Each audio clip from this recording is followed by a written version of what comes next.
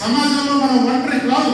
సమాజం అంటేనే మనము అందరం అందరం ఉంటాం కాబట్టి, అసోసియేషన్ అంటే సమూహం కాబట్టి మనం సమూహంలో ఉన్నాం, ఒక మంచి సమూహంలో ఉన్నాం.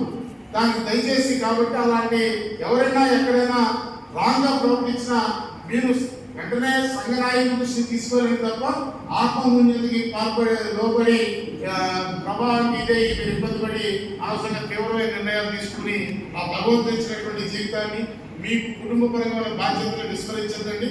దేనికి ప్రతి సమస్యకి పరిష్కారం లేని సమస్య భూమి మీద లేదు.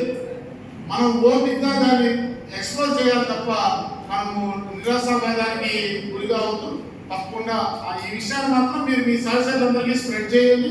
ఇలాగ మనం సమావేశమయ్యాం, మన నాయకుడు వచ్చాడు, ఇలా చెప్పాడు, ఆయన బాధ్యత తీసుకుంటా అన్నాడు.